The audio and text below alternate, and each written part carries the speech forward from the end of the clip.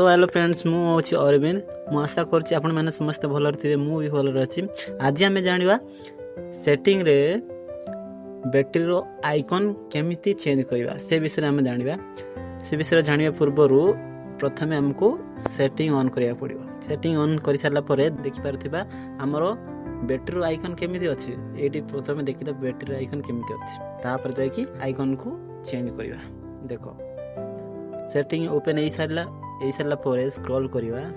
Eight लिखाई थे notification and status bar ऊपर क्लिक करबा। क्लिक कर सारला परे देखिनेबा तोड़ दिया जाइथिबो बैटरी इंडिकेटर ऊपर क्लिक करबा। देखो एट लिखाई थे बैटरी आइकन हमको को बड़िया टाइप रे रखिया पड़ियो। हम जोड़ा इच्छा ए तीनटा ऑप्शन देछि जोड़ा इच्छा सेडा हम रखि परिबा। मोर देखो एडा रखिचे ऊपर शो होइथिबो। जदि मु ए मजिटा रखिबी ताले ऊपर मजिटा शो होइगला एमिति। तो ए वीडियो टिके भी भल लागितिले लाइक एंड सब्सक्राइब कर दियंतु। आ एमिति का वीडियो यदि देखिया चाहउछंती ताले मते फॉलो करंतु।